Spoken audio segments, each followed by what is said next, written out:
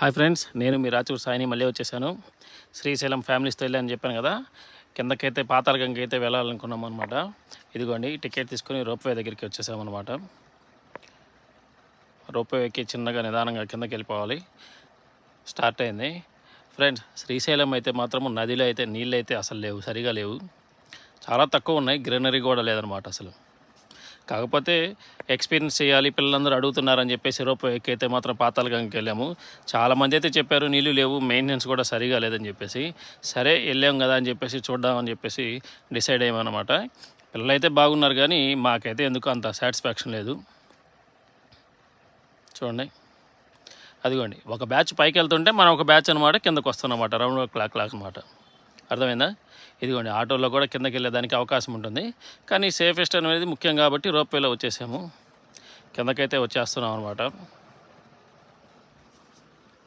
కిందకి వెళ్ళిన తర్వాత వాటర్లో మునగాలంటే అసలు వాటర్ అర్థం కాలేదు, మురికి నీళ్ళు అర్థం కాలేదన్నమాట.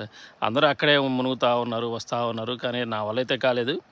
అందుకని చెప్పేసి పిల్లలతో అయితే బోట్లో షికార్కి అయితే వెళ్ళాలని నిర్ణయించుకున్నాను అనమాట.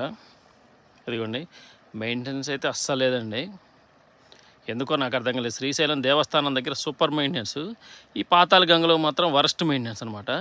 పిల్లలతోటి బోట్ షికార్కి అయితే వచ్చేసాను. ఇదైతే చాలా బాగుంది, అంతా చూస్తూ ఉన్నాము. డ్యామ్ దగ్గరికి అయితే తీసుకుపోయాడు అనమాట మమ్మల్ని.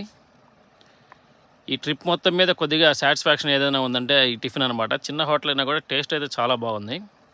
చూడండి ఫ్రెండ్స్, ఎప్పుడైనా మీరు వెళ్తే ఇక్కడ తినండి, ట్రై చేయండి. ఓకే అయితే.